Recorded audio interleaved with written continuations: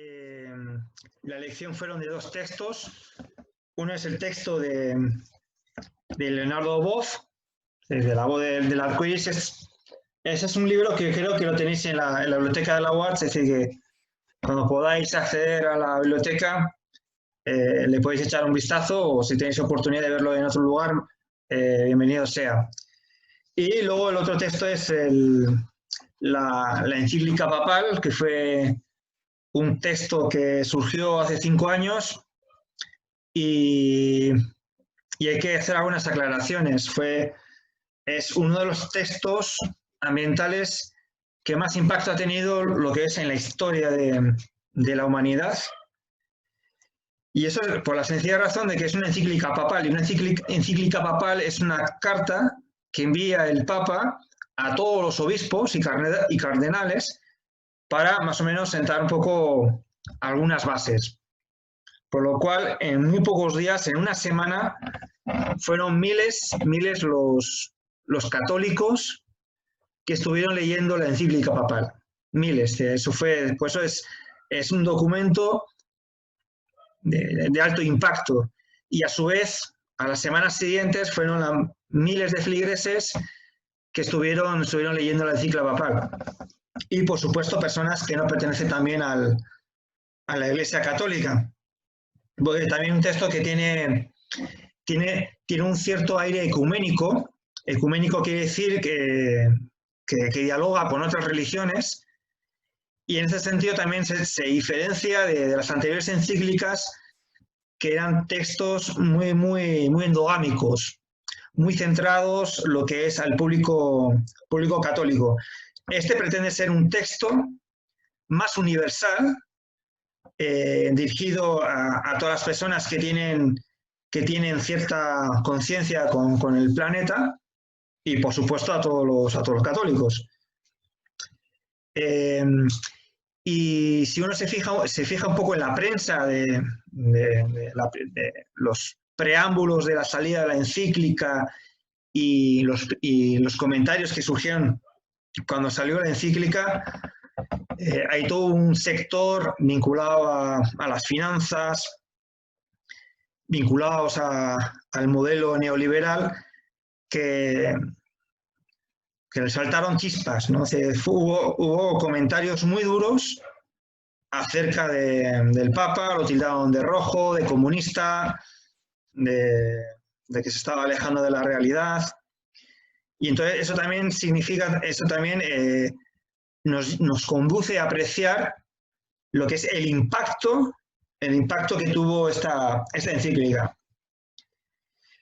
Si habéis leído la encíclica y habéis leído un poco la parte de Boff, os vais a dar cuenta que hay muchas semejanzas, y podemos asegurar que los textos de Boff ocupan un lugar muy importante en la encíclica papal. De hecho, el mismo Papa le escribió y le pidió bibliografía a Leonardo Boff. Leonardo Boff obviamente le mandó toda su bibliografía, que es muy extensa, tanto en el ámbito, en la reflexión ecológica, como en la reflexión teológica. Y hay conceptos claves dentro de la encíclica que son obtenidos literalmente de la obra de Boff. Por ejemplo, el concepto de ecología integral. Todo el cuestionamiento a la economía, todo el cuestionamiento al neoliberalismo, la focalización de los pobres en la reflexión ambiental.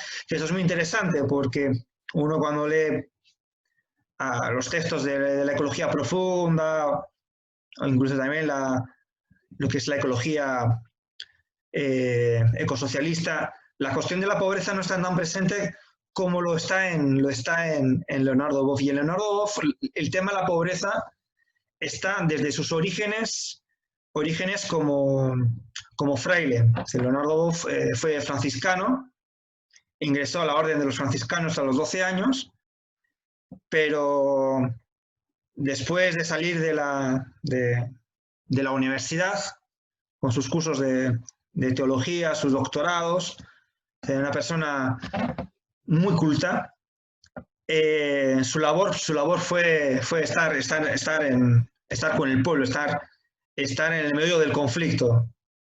Entonces es una persona que cuando habla de pobreza porque la ha convivido. O sea, no es que habla de la pobreza desde el sillón, desde la universidad, sino porque él ha estado ahí en la calle, ¿no? Y eso es un dato bien significante que a veces uno no aprecia cuando lee a Boff, porque Boff, cuando los textos que tiene de ambiente, tienen un formato estrictamente académico, ¿sí? con muy buenas referencias todas actualizadas,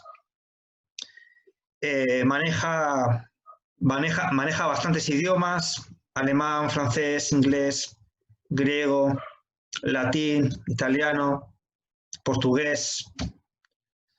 Entonces, en estos momentos yo creo que será uno de los mayores eruditos que hay acerca, tanto en el ámbito teológico como en el ámbito de la ecología. Bien, el principal elemento que va a introducir Boff y que lo va a diferenciar de movimientos sociales muy cercanos a él va a ser el movimiento va a ser la dimensión espiritual. Boff va a hacer mucho énfasis en la espiritualidad, a diferencia, por ejemplo, de la anterior ecofilosofía que vimos la semana pasada, que es el ecosocialismo. Y este también va a ser el elemento a partir del cual va a haber chispas entre el ecosocialismo y la propuesta de Leonardo Boff. Aunque ambos movimientos parten también de Marx. Leonardo Boff es un neomarxista, pero es un neomarxista absolutamente heterodoxo. O sea, no comparte mucho de los estudios de Marx, pero tiene una apertura mucho más grande. Y luego también el gran nexo que va a tener con muchos ecosocialistas es que él ya desde muy joven estuvo vinculado a la teología de la liberación.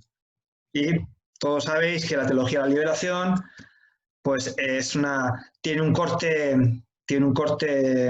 neomarxista, ¿no? Y por ejemplo, si nos fijamos en otros autores también como el reciente fallecido Ernesto Cardenal, pues para él cristianismo y Marx no es ninguna contradicción, sino que se llevan de la mano, ¿no?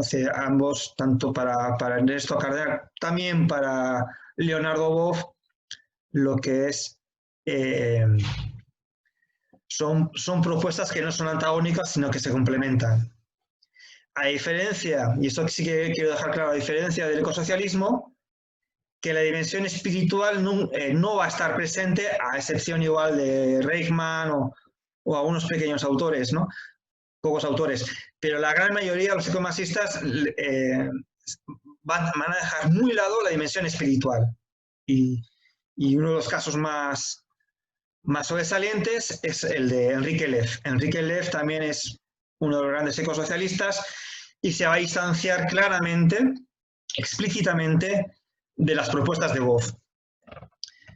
En ese sentido también con Leonardo Boff vamos a encontrar muchas vinculaciones con muchos movimientos ecofilosóficos, movimientos también ambientalistas, porque también, y cuando hablo de movimientos ambientalistas son los movimientos aquellos que están en la calle, es decir, que no necesariamente tienen que tener un discurso teórico o un marco teórico para realizar sus acciones, ¿no? sino que la heterogeneidad de los movimientos ambientales es altísimo. O sea, tenemos de todos los colores, de todas las variedades, de todas las ideologías y de todas las religiones. Entonces, Leonardo va a tener muchos elementos en común, por ejemplo, con el ecofeminismo. Ya tiene varios textos donde cuestiona el patriarcado. También, por eso, Leonardo Boff ha sido una persona que no fue muy bien vista por el Vaticano, porque cuestionar el patriarcado también es cuestionar el funcionamiento de la actual Iglesia, que es absolutamente patriarcal.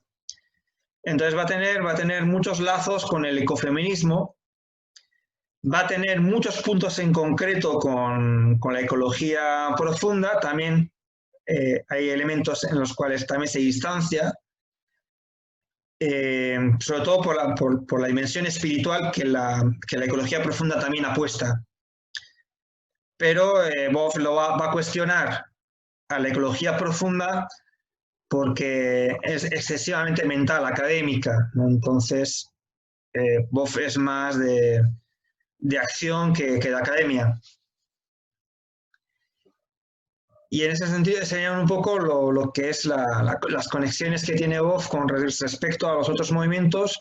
Por lo que digo, hay muchos elementos de diálogo con las otras ecofilosofías, pero tiene un modelo teórico o tiene una propuesta teórica de la ecología, del medio ambiente, de la espiritualidad, bastante propio y bastante particular, con lo cual para mí es una de las grandes autoridades que hay en el ámbito ecofilosófico y también dentro del activismo. Es un referente, eso no hay duda. Y cuando hablo de espiritualidad, me refiero a una concepción de la espiritualidad no tan ligada del cristianismo ortodoxo más tradicional, en el que solo se concibe la espiritualidad cuando nos religamos con respecto a un ser superior, en este caso Dios, sino que la concepción que tiene de espiritualidad Leonardo Boff tiene mucho que ver con el misticismo y en ese sentido establece también muchos puentes con otro tipo de religiones. De hecho, uno de sus últimos libros es el Tao de la ecología, ¿sí? Donde hace un claro guiño a lo que es el taoísmo. Y Leonardo Boff será uno de los representantes, ahora ya no es representante de la Iglesia, sí salió de la Iglesia, pero sí que ha sido uno de los mayores representantes del ecumenismo porque ha hecho grandes esfuerzos lo que es con el diálogo con otras religiones y sobre todo también con los pueblos originarios del Amazonas, por ejemplo, ¿no? Por citar algunas. Entonces, para Leonardo Boff, esa religación no es necesariamente que esté ligada a lo que es a un único ser sobrenatural que nos trasciende, sino que para él la religación es con la alteridad, con el otro. Y ese otro pueden ser los pobres, los más necesitados y la naturaleza. Sí, ahí es donde cuando uno se conecta con la naturaleza, cuando es capaz de conectarse con el otro, ese es el concepto de religación, ese es el concepto de espiritualidad que nos ofrece Leonardo Boff. Por eso fue un personaje bastante cuestionado en el seno del catolicismo, sobre todo de las posturas más recalcitrantes como Ratzinger, que en su origen fueron colegas, y luego Ratzinger pues lo juzgó 2 veces. En la segunda ya se fue de la iglesia, ya no aguantó más. ¿Profe? Sí. Una pregunta como con lo que decía respecto a que Leonardo sería ecomarxista, como yo entiendo que Marx era ateo, ¿no? Y en el fondo o no lo sé, como cuál es el rol como de Dios en el marxismo y finalmente como que entiendo que no tiene rol y en el fondo cómo él al venir desde la espiritualidad en el fondo como reconecta con Dios, como no. Sí, en este caso también tenéis que tener en cuenta un poco el contexto de los años 60. Años 60 y años 70, pero principalmente años 60, donde hay todo hay un montón de, además de los movimientos ambientales, también hay un boom de los movimientos espirituales. Y en América Latina se empezó a desarrollarse, sobre todo a finales de los 60 y principios de los años 70, la teología de la liberación. Es la teología de la liberación la que va a establecer los puentes entre marxismo y teología y cristianismo. Y entonces lo que van a hacer, van a establecer puentes, porque tanto el marxismo como el cristianismo tienen estructuras bastante similares. Si lo vemos desde el estudio de las historias de las religiones, el marxismo tiene bastante de religión, tiene bastante religión, porque sigue, hay un libro que es casi como cuasi sagrado, que es El Capital. Nos hablan de un pasado ideal y nos proyectan hacia un futuro utópico, ¿no? Donde todos somos iguales. Venimos de un pasado donde todos somos iguales y el destino final de la humanidad es una sociedad sin clases, es una sociedad donde no haya luchas de clases, ¿no? Entonces, el capitalismo es una fase dentro de ese proceso histórico, dialéctico, y el final es la igualdad. En el caso del marxismo, el comunismo. Y en el caso del cristianismo a veces suele estar expresado por la venida del nuevo Mesías, la construcción de la ciudad de Dios en la tierra, textos que siempre han estado presentes en lo que es en la literatura teológica cristiana. Pero lo que es uno de los elementos es esa lucha contra, al menos en la teología de la liberación, contra el capitalismo. O sea, el capitalismo es el gran enemigo al que hay que combatir. Incluso algunos teólogos de la liberación tomaron las armas y combatieron. En Argentina pues tenemos a los, y en Uruguay tenemos a los montoneros. En Chile también lo que es la teología de la liberación jugó un rol fundamental, sobre todo en época de dictadura. Es decir, aquellos curas que estuvieron luchando contra la dictadura eran curas que estaban englobados dentro de los movimientos tercermundistas, teología de la liberación, de corte de izquierda, y gracias a ellos pues se salvaron muchos informes, muchos documentos y se pudieron realizar diversos procesos contra la junta militar, ¿no? Entonces la ligazón, el elemento que une al marxismo con el cristianismo es la lucha contra el capitalismo y lo que es la lucha la lucha contra la pobreza. Entonces van a tomar ciertas ideas de Marx y van a decir, bueno, sí, a menos tal como lo expresa Néstor Cardenal, ¿no? que es muy claro ante la misma pregunta que acabas de realizar. O sea, yo leo Marx y Marx quiere una sociedad mucho mejor, donde no haya explotación, donde las clases no se exploten, y por lo tanto, sí, los objetivos de Marx coinciden con los objetivos del Evangelio. Sí, lo que hacen es leen el Capital de Marx y leen el Evangelio. No lo que dice la Iglesia, sino que lo leen al Evangelio directamente. Ahí ven que los objetivos son comunes y establecen esa conexión.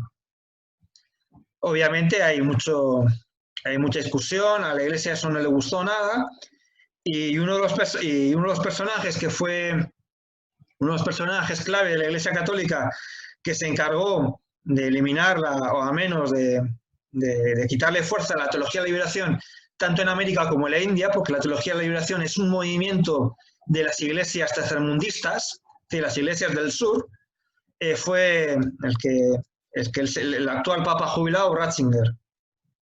Él fue el encargado entonces hicieron un montón de juicios, juzgaron a Néstor Cardenal y a su hermano, le juzgaron a Leonardo Boff, y además por cuestiones, desde un punto de vista teológico, bastante pueriles, ¿no?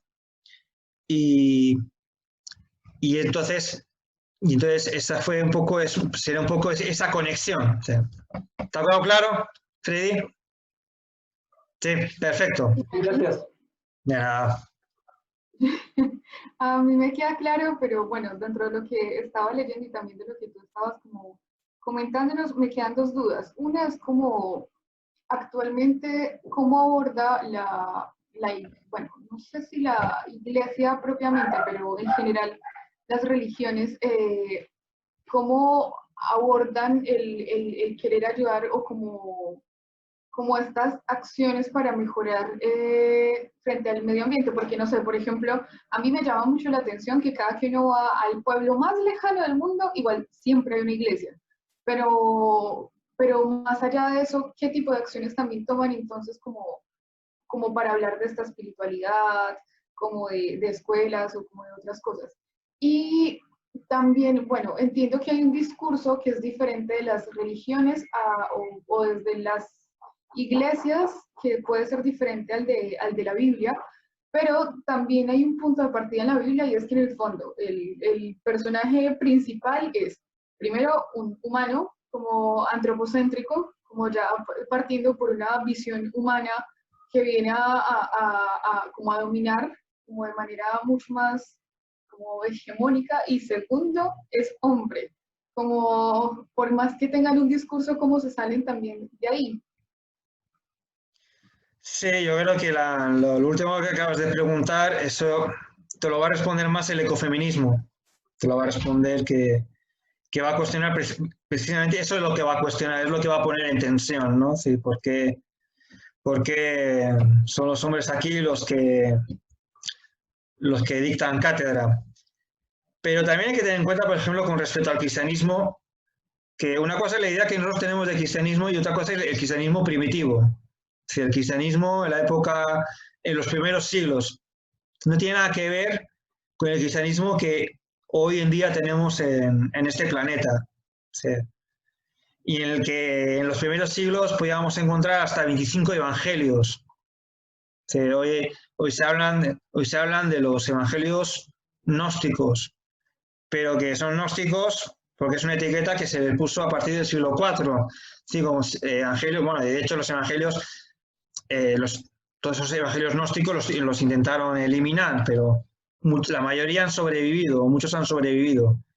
Y entonces el concepto que tenemos hoy de iglesia no tiene nada que ver con el concepto de iglesia de los primeros, antes de los primeros concilios, ¿no? Concilios, donde las mujeres tenían otro rol. No es el mismo rol que solo fue peor. Lo que es el cristianismo tal casi como lo conocemos hoy es un poco el producto de la institucionalización de la iglesia cuando el primer emperador romano se convierte al cristianismo y cuando empiezan a realizar una serie de concilios donde empiezan a sentar un poco las bases teológicas del cristianismo, donde deciden que solo va a haber 4 evangelios y decidieron qué 4 evangelios iban a ser, con los que más les acomodaban, y el resto lo eliminaron. Con lo cual, cuando hablamos de cristianismo, también hay que tener que en el origen era algo muy diferente a lo que es ahora, y donde esa diferenciación entre hombre y mujer no era tan grande. Las mujeres también predicaban lo que es en la época en la época de los apóstoles. Y de hecho se decía que María Magdalena era una de las, también era una de las mujeres que predicó la vida y las enseñanzas de Jesús, y de hecho hay un evangelio, el Evangelio de María, ¿no? Entonces, si tu respuesta más es una pregunta que la hace el ecofeminismo y que lo cuestiona. Pero, y con respecto al principio, a la primera pregunta o al primer comentario que has realizado, sí, yo creo que, claro, una cosa están, por un lado están los escritos, las encíclicas, los documentos de la Iglesia, y por otro lado están las acciones de curas, de monjas, de monjes concretos, ¿no? Entonces, a la Iglesia le ha costado mucho avanzar hacia un discurso ambiental. Le ha costado mucho. Yo creo que la encíclica del Papa ha llegado bastante tarde. Sí, ha sido, pero también eso hay que verlo también dentro de los contextos, ¿no? Es decir,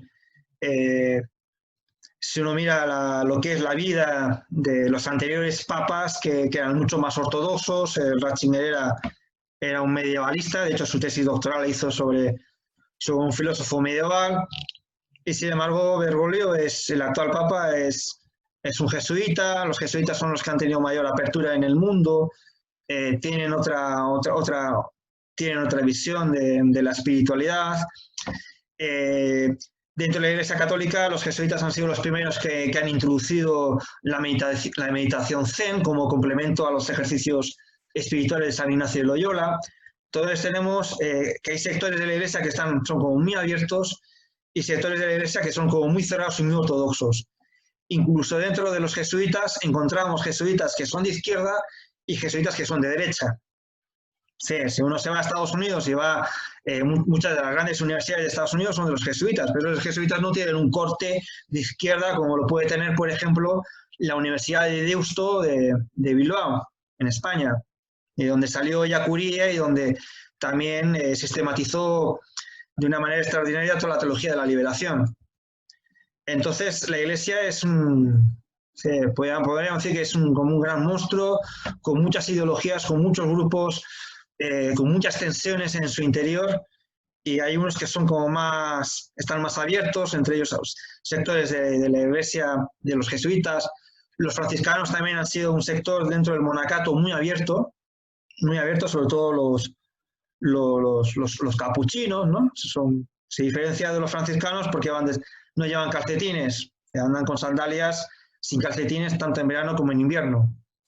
Y esos son grupos, sectores de la Iglesia que se dedican a trabajar sobre todo con los pobres, con los lugares donde más los necesitan, ¿no? Y son sectores de la Iglesia muy comprometidos. Y que haya, a 5 años de la encíclica papal, eso no quiere decir que todos los sacerdotes de la Iglesia Católica lo hayan asumido. Sí, ha habido muchas resistencias, algunos lo han considerado como un documento más, y aquellos curas que han estado luchando con la cuestión medioambiental, que han estado con los pobres, siguen igual, a diferencia de que ahora hay un texto que los apoya. Hasta hace 5 años no había muchos curas que estaban en conflictos ambientales, tenían serios problemas con lo que es con los cardenales y con toda la curia de la Iglesia. En Chile tenéis varios obispos. Sí, creo que en el sur hay, ¿cómo se llama este? Te lo tengo acá.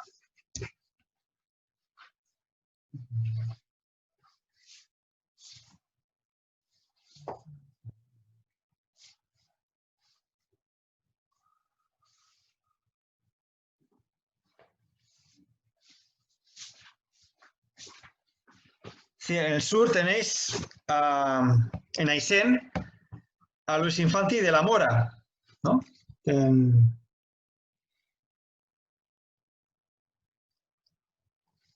Es un documento anterior a la encíclica papal, donde estuvo acompañando a la gente de Aysén en la lucha contra las megarepresas, ¿os acordáis? Eso creo que fue hace ya unos 10 años, ¿no? Pues a este obispo lo mandaron al sur, así, venga, vete a Aysén para que ya dejes de molestar. También hubo otro obispo que también lo mandaron para el norte para que dejase de molestar. El del sur se puso con la bandera de las megarepresas y el del norte se puso con la lucha de las megaminerías, lo cual a veces decimos que el Espíritu Santo en este caso es sabio, ¿no? Porque los colocó a los dos obispos más problemáticos de Chile, los colocaron justamente en el conflicto de las megamineras y al otro con el conflicto de las megarepresas. Bien, esos tuvieron muchos conflictos hasta que llegó el acto al Papa. Pero antes del acto al Papa, con Ratzinger, estos estaban allá en el sur para que no hiciesen ruido. Y fíjate el ruido que hicieron, ¿no? No sé si aún tenéis oportunidad de leerlo, es un texto maravilloso. Sí, maravilloso, ¿no? Así que... Y también la encíclica papal se construyó a partir de ese tipo de documentos. Sí. En la Amazonia también hay un grupo también de curas que están allí con los pueblos originarios y que también han sacado documentos muy interesantes que han servido de base a la hora de redactar la encíclica papal, ¿no? Entonces, pues a veces siempre tendemos a reducir un poco la acción de la Iglesia Católica, pero siempre hay que entenderlo que dentro de la Iglesia Católica hay muchas facciones, muchos grupos, están presentes todas las ideologías y hay curas que se comprometen con el otro y curas o religiosos que se comprometen con el otro y religiosos que no se comprometen con nadie. Pero eso eso lo encontramos en todas las familias. Bien, creo que he contestado Yo quería, ¿Sí? Sí, quería hacer un comentario. Bueno, no sé si quería seguir diciendo algo, Vivi, o no. No, sí. Ya. Lo que pasa es que en dos cosas. El primero era de la encíclica, que no alcancé a comentar algo que a mí me pareció desde desde el inicio que era un texto súper académico, o sea, yo esperaba como algo mucho más espiritual desde su, no sé, desde la religión, y lo encontré casi era como una revisión bibliográfica de muchos textos que hemos leído, Sí. como que agarraba un poquito de cada uno. Y bueno, de Bob claramente, incluso hay una entrevista que le preguntaban directamente si es que casi que la había escrito él. Y él decía que no, No, no, no, es que que yo no. como que le había enviado alguna información o algo así. Pero sí, súper súper técnico, y como quizás de alguna manera era por eso mismo que comentaba, y de que fue mal recibido por algunos sectores, qué sé yo. Quizás era más que nada como apropiarse o sea, no apropiarse, sino que levantar el discurso que ya existe, pero desde un sector que nunca se había pronunciado, para darle mayor peso a ese discurso. O sea, esto está pasando, esto se está discutiendo, y nosotros lo apoyamos. No es algo que quizás nazca de nosotros necesariamente, pero es parte de la sociedad, y somos parte de la sociedad también. Entonces, como que de esa forma lo vi, que no fuera algo como solo de la religión, que tuviera este carácter como universal y por lo tanto más académico, eh, y así quizás iba a tener mayor impacto. Y lo otro es que en el texto de Boff, una parte habla de lo femenino, y no estoy seguro qué piensa a través de esa frase, porque dice, a través del principio femenino el ser humano se abre al cuidado, y muchas veces se ha hablado de que vincular lo femenino con el cuidado replica este pensamiento machista de que las mujeres están destinadas a cuidar, que sí. Pero antes de esa frase, dice que la dimensión de lo femenino en el hombre y la mujer. Entonces, como algo que no es propio de la mujer necesariamente, que de todo el ser humano, y todos cuidamos. Entonces, no sé al final qué piensa en ese sentido. Sí, mira, sí. Profe, Bien. Sí, sí. pues con relación a lo que dice Jean Paul, yo lo veo es porque pues igual he leído, tanto el hombre como la mujer tenemos energía femenina y tenemos energía masculina. No es que porque ser mujer solo es energía, o sea, tenemos ambas energías y las dos representan, digamos, en el mundo representan cosas diferentes. Entonces, digamos como que la energía femenina representa cuidados, energía masculina puede representar trabajo, X, no sé, bueno, en ese momento no me acuerdo bien qué representa cada una, pero siento que el texto se refería como a eso, o sea, que falta igual en el mundo como más representación de esa energía, no es porque sea la mujer, o sea, es esa energía en todas las personas, hombres y mujeres, no sé si me hago entender. O sea, eso es lo que he leído, no sé si está lo correcto, si no. Bien, si Jean Paul, has mencionado la cuestión académica, lo femenino y lo del cuidado. La cuestión académica es muy simple, sí, porque lo que hace en la encíclica el actual Papa es un ejercicio de argumentación. O sea, es un ejercicio de argumentación. Y de esto la Iglesia lleva muchos años argumentando bien, y con modelos de argumentación. Entonces, si uno se atreve a leer a Tomás de Aquino, tiene un modelo de argumentación en el cual sintetiza el modelo aristotélico, el deductivo, junto con el modelo platónico dialéctico. El modelo de argumentación tomista es muy elaborado, muy complejo, que muchos, sobre todo los dominicos, que son los herederos de Tomás de Aquino, actualmente lo ejercitan. Por eso los curas hablan muy bien y argumentan muy bien, porque la Iglesia ha tenido desde el principio, sobre todo desde la Edad Media, muy claro la importancia de la argumentación. Entonces, ¿qué es lo que hace? Todo el texto de la encíclica es un texto argumentativo, en el sentido de que todo lo que dice está sustentado o apoyado en fuentes, y en fuentes muy buenas. O sea, no, todas las fuentes o todas las citas que tiene que están en la encíclica no son al azar, están muy bien medidas.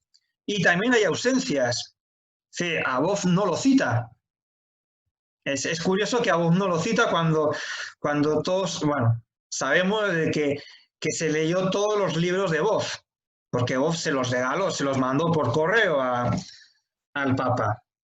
Y además, y ha participado en muchos diálogos y es probablemente que la encíclica estuviese supervisada por Above, aunque él no lo reconozca.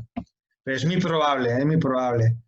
Entonces, ¿y eso por qué no cita unos y por qué cita otros? Especialmente no cita a Above porque Above genera mucho ruido en el seno de la Iglesia. Pero los conceptos fundamentales desarrollados por Above los podemos encontrar en sus propios textos. Es una vinculación muy obvia, muy evidente, ¿no? Entonces, lo que va a hacer Francisco es un ejercicio de argumentación, de aportar un montón de referencias. Cita también documentos de otras religiones, como para decir, bueno, no es que el catolicismo es la única religión que está comprometida con el ambiente. Cita, ahí se ve también el acercamiento que ha tenido con el Dalai Lama, que el Dalai Lama también se ha expresado también por la preservación del medio ambiente. Cita también, creo que a un representante de la Iglesia Ortodoxa. Entonces, y además que ha tenido muchos encuentros también ecuménicos con otro tipo de religiones, pero ya desde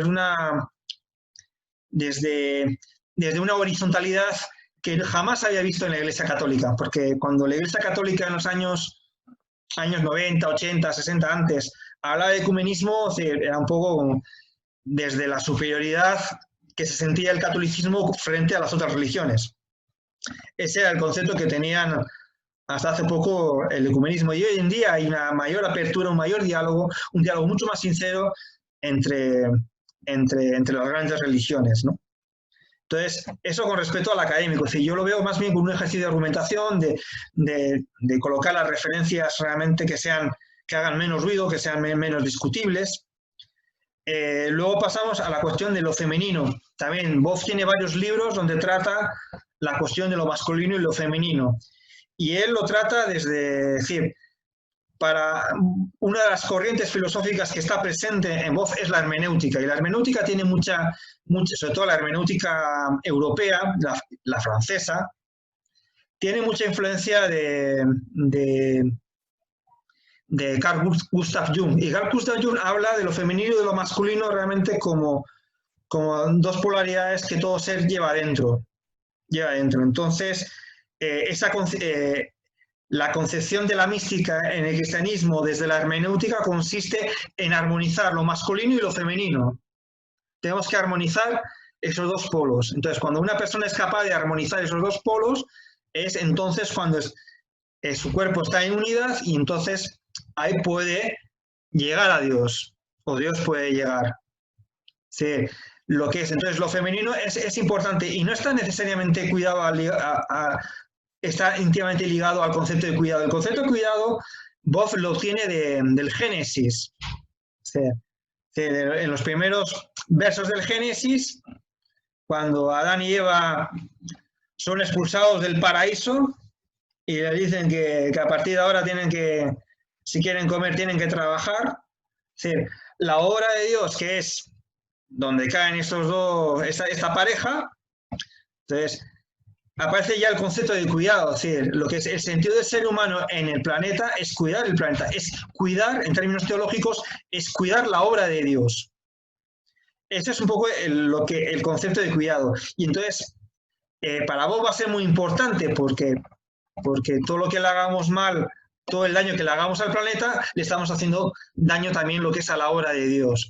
Y por lo tanto, nuestro rol no es hacer con el planeta lo que nos da la gana, sino que es cuidarlo y dejarlo. Es lo mismo que hablamos en clases anteriores. Es un concepto de sustentabilidad fuerte. Es decir, nosotros tenemos que dejar el planeta tal como nosotros lo hemos encontrado. Para ello lo tenemos que cuidar. Es decir, no le veo yo una connotación de género, sino que es algo que tenemos que cuidarlo todos, hombres y mujeres, no especialmente las mujeres, ¿no? Y para eso él va a elaborar una ética del cuidado. Sí. ¿Cuáles son los principios? Eso también lo vamos a ver al final de la clase, pero adelanto. Sí. ¿Cuáles son los principios morales a partir de los cuales nosotros tenemos que dejar este planeta tal como lo hemos encontrado? Así, ¿cuáles son los principios morales de la sustentabilidad? ¿Cuáles son los principios morales de la Iglesia que tenemos que fortalecer precisamente para lograr la armonía en este planeta? Y la armonía en este planeta no significa solo la armonía con la naturaleza, como podrían pensar, como critican los neoliberales, por ejemplo, a los de la Deep Ecology, no, sino que esa armonía con el planeta empieza, y es un poco también también el punto en común con la ecología profunda, con uno mismo. Sí. Nos tenemos que armonizar, y para armonizar tenemos que armonizarnos. También los hombres se tienen que armonizar con lo femenino, de la misma manera que las mujeres se tienen que armonizar con lo masculino. Entonces, por eso, sí. De alguna forma, no sé, creo que como que con esto que estás mencionando como de la ética y la moral, creo que a veces de muchas formas se sostiene que los seres humanos somos todo aquello que podemos ser. Más allá como de ideas que vengan con ciertas religiones sobre pecado, sobre bien o mal, que hoy día no existirían porque somos todo lo que podemos ser, y eso implica como todas nuestras luces, nuestras sombras, todos los contrastes que podemos tener. Como de alguna forma, ¿hasta qué punto o cómo puede definirse una moral y una ética o un juzgar o un señalar o un decir, es que esto está mal porque esto no lo hacen los humanos, si efectivamente también lo hacemos los humanos?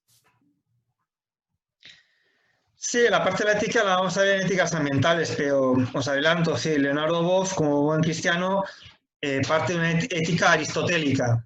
Sí, entonces pues hablamos de lo que está bien y de lo que está mal.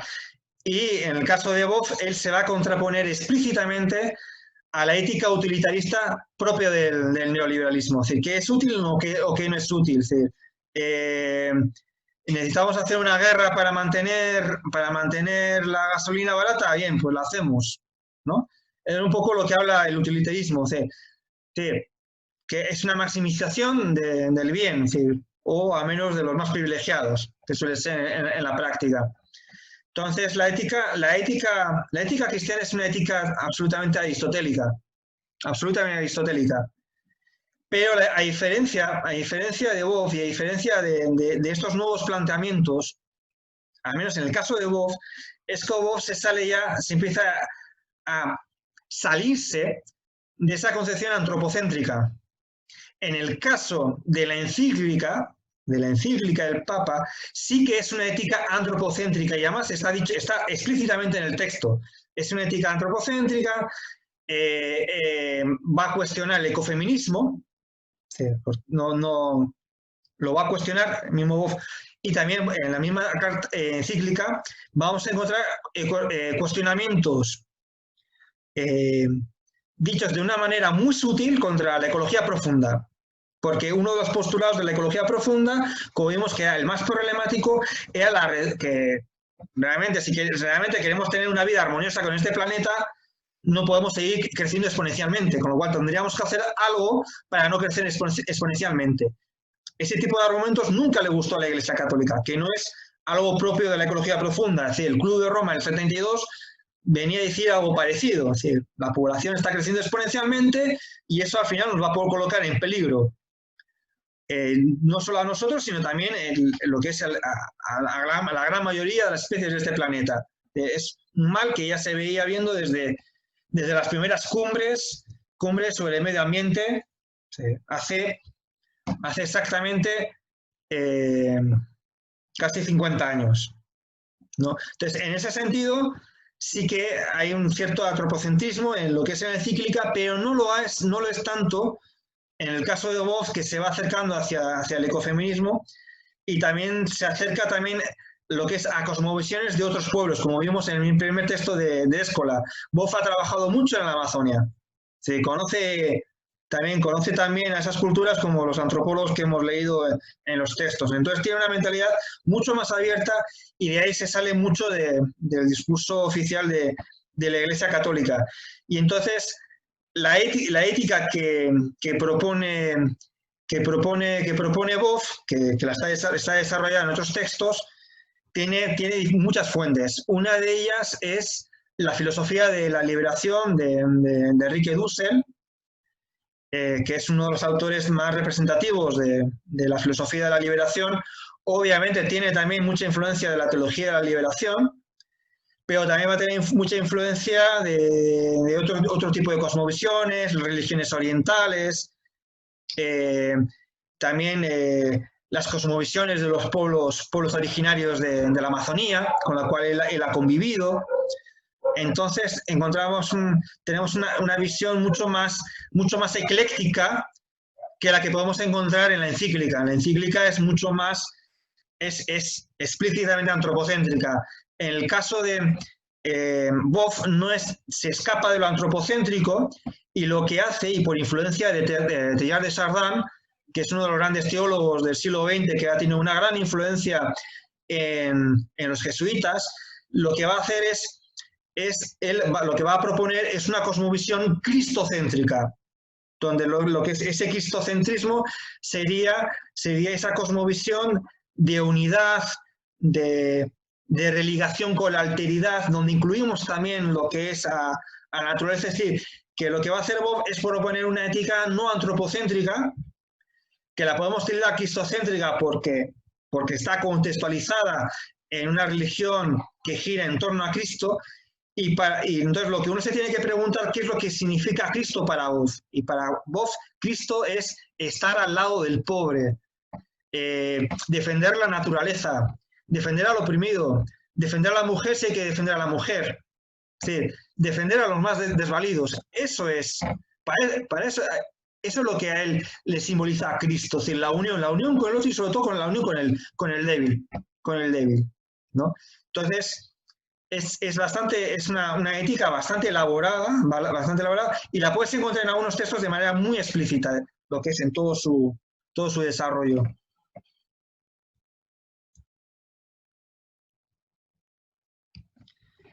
Bien, seguimos para adelante.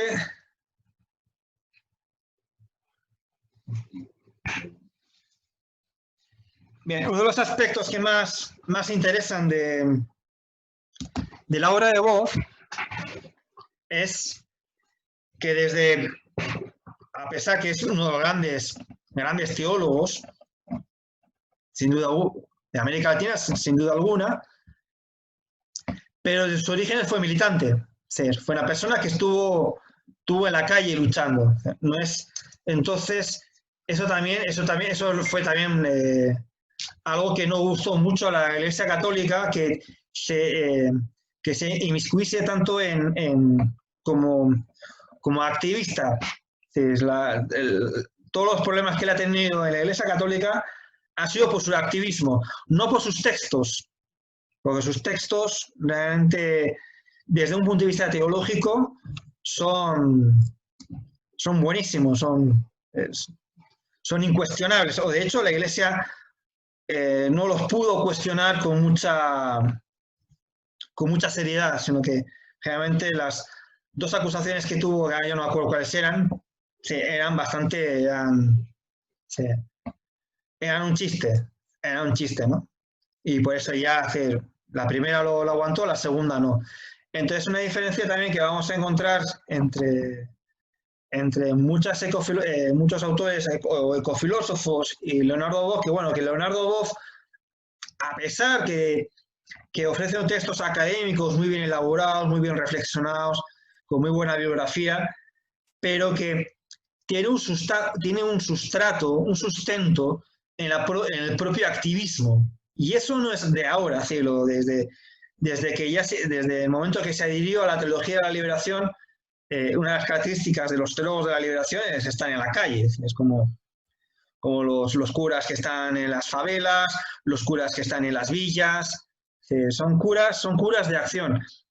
Boff reúne esos dos elementos, la acción y lo intelectual. Y eso lo encontramos en muy pocas personas dentro de la Iglesia Católica. Vamos a encontrar muy pocas personas que hayan podido combinar tanto la acción como la teoría. Por eso su teoría no es una teoría tan tan académica, tan abstracta, tan separada de la realidad, sino que toda su reflexión parte de esas raíces, que sus raíces son el accionismo social, ¿no? Voy a citar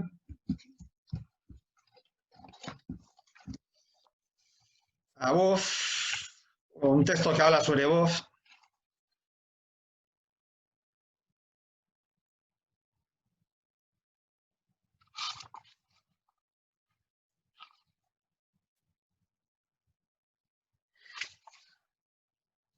Que esto es cuando él, cuando joven, en los años 80, ya se adhirió a la teología de la liberación. Es un párrafo bien corto. Bien, Boff accede a la teología de la liberación a partir del impacto que le produce el gran basurero que formaban las favelas de Petrópolis, donde lleva a cabo un intenso trabajo sociopastoral. Su reflexión en clave liberadora nace, asimismo, de la necesidad de responder a las preguntas que le plantea un grupo de sacerdotes comprometidos con los indígenas de la selva amazónica durante unos ejercicios espirituales en Manaos. Y esto es cita ya de Boff. ¿Cómo anunciar la muerte y resurrección de Jesús a indígenas que están siendo exterminados, que están muriendo por enfermedades de los blancos, por la opresión? ¿Cómo anunciar la buena noticia a las poblaciones ribereñas, explotadas por los que están abriendo las grandes haciendas de la parte amazónica? ¿Cómo vamos a defenderlos si están siendo expulsados de sus tierras? ¿Qué vamos a decirles como pastores? Entonces, aquí también un poco respondo un poco a planteamiento anterior, ¿no? ¿Cómo unimos marxismo? ¿Cómo unimos cristianismo? Eso lo hizo la teología de la liberación a partir de textos, pero sobre todo a partir de la acción, a partir del accionismo. Es decir, la mayoría de los teólogos de la liberación no tienen textos, porque se dedicaban a hacer cosas, a estar ahí con los pueblos originarios, a estar con los sin tierra, ¿no? Leonardo Boff también ha acompañado mucho a los sin tierra, un movimiento bastante interesante en Brasil. Entonces, esa es la base, ¿sí? Esa es la base y el sustento de, por ejemplo, de toda esa construcción ecofilosófica que va a hacer va a empezar a hacer en los años 80, y sus primeros textos de Leonardo Boff ya los vamos a tener en los años 90, es decir, justamente cuando deja la orden, ahí ingresa, creo que a la Universidad de Sao Paulo, y se dedica a dar clases de ecología, siendo uno de los teólogos más eminentes de América Latina. Bien, y eso es un ciclo virtuoso, donde conectamos lo local con lo global, lo individual con lo colectivo, y donde el punto de partida, en el caso de Boff, es la acción. La acción. No es una persona que está reflexionando, sino que a partir de la acción, a partir de los problemas reales con los cuales él se va encontrando en su vida cotidiana, realmente eso le lleva realmente a decir, ¿cuál es mi rol? ¿Cuál es mi rol en la vida? ¿A qué he venido yo a hacer aquí? Sí. ¿Tengo que predicar o tengo que ayudar? La disyuntiva de muchos evangélicos y muchos católicos. Entonces, lo importante para Boff va a ser la acción. Ahí es cuando yo realmente tomo conciencia. La conciencia no viene de la mera reflexión, sino cuando realmente yo soy capaz de poner en práctica, y en este caso es lo que yo os acabo de citar, que era poner en práctica el Evangelio con los pueblos oprimidos de la Amazonia. ¿Hablarles de Dios o ayudarles a sobrevivir? Pues, evidentemente, ayudarles a sobrevivir. Luego ya vendrá la palabra de Dios, pero primero es ayudar. Y de ahí viene la reflexión, de esa práctica que la llevo yo a la acción. Me salgo de lo mental, de la pura especulación, de la academia. Entonces, esa reflexión ya no es una reflexión 100% teórica, es una reflexión que viene de esa combinación de esos supuestos teóricos, esos presupuestos teóricos con los cuales todos andamos por la vida, pero cuando las ponemos en acción, ahí vemos que a veces la teoría no cuaja con la realidad con la que nos tomamos. Y ahí aparece una reflexión, pero es una reflexión no a partir de lo teórico, sino a partir de esa conciencia que emana de una acción que hemos realizado, ¿no? Y entonces esa reflexión nos conduce a una nueva acción, a una acción ya más depurada, ya más aterrizada con lo terrenal, más fina con respecto al problema que yo quiero resolver o al menos quiero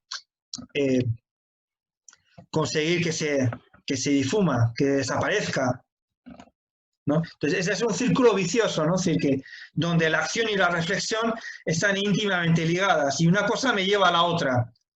Entonces, por eso son textos muy diferentes, aunque tienen un formato, los textos de Leonardo Boff tienen un formato muy académico, pero uno puede sustraer que detrás hay toda una acción, hay toda una reflexión, hay una toma en contacto con los problemas ambientales y problemas también sociales, ¿no? Problemas socioambientales, sobre todo los que está sufriendo Brasil, que podríamos decir que serán como los más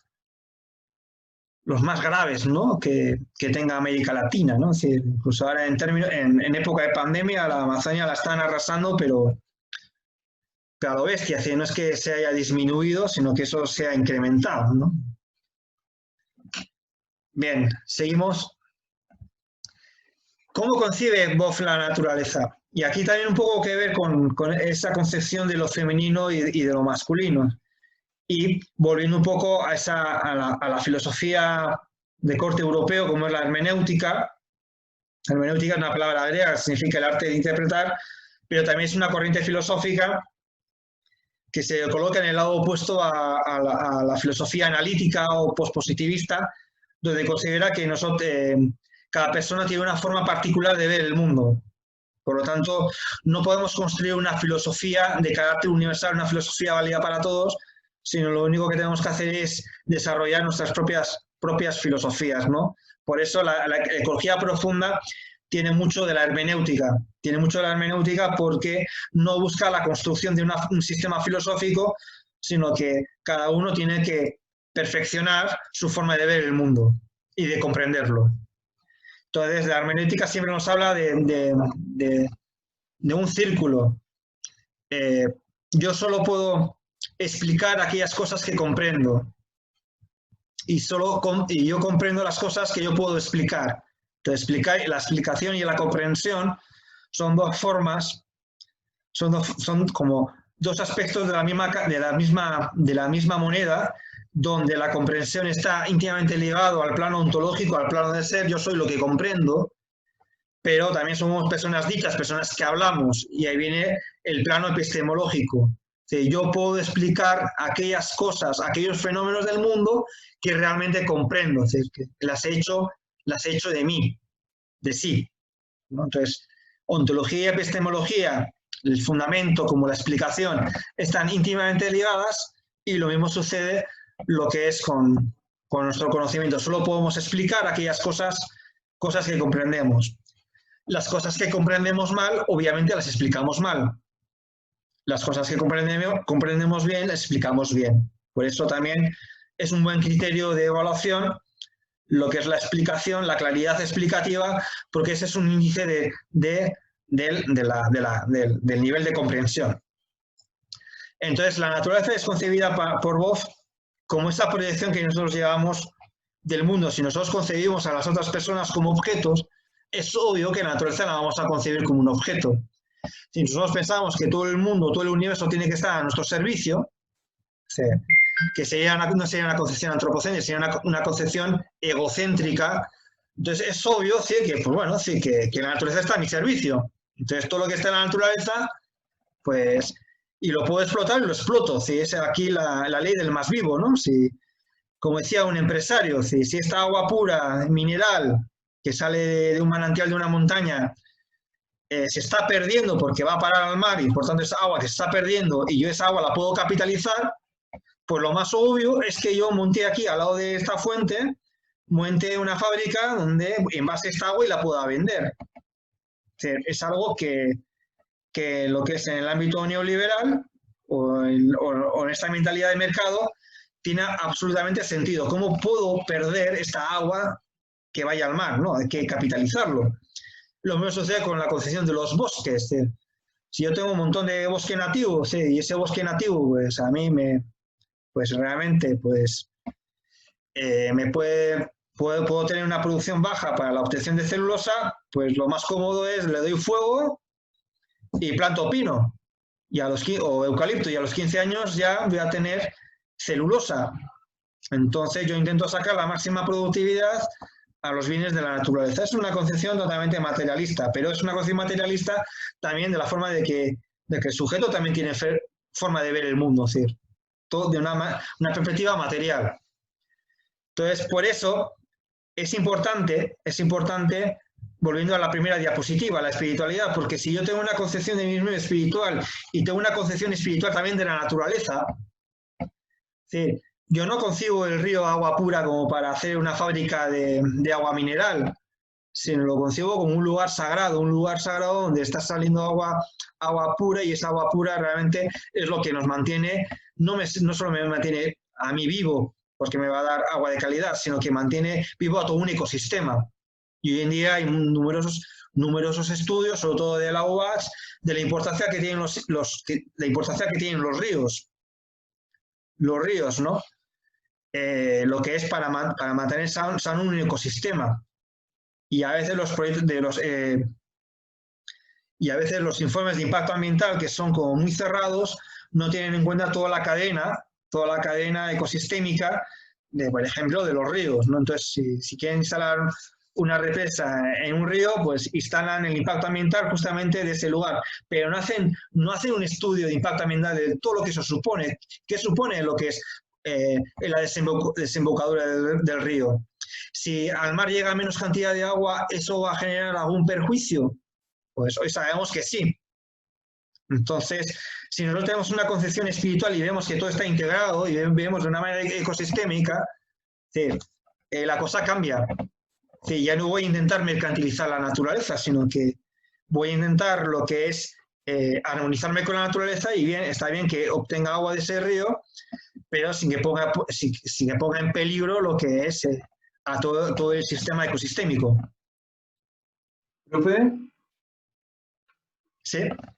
Sí, es que con respecto a lo que está diciendo, y no sé, a una de las partes que a mí me gustó mucho como del texto de vos, en el fondo cuando hace este análisis de los distintos tipos de ecología, ¿no? Entonces cuando parte de la ecología ambiental, de alguna forma como que lo amplía, yo siento, no sé si lo interpreto bien, pero parte como con la ecología ambiental, luego expande un poquito esa frontera, digamos, y lo lleva a la ecología social. Luego, en el fondo, habla de la ecología mental, refiriéndose a la ecología profunda, ¿no? Y hasta llegar a la ecología espiritual. Y me gusta mucho como, no sé, como el esquemita que se armó en esa parte del texto.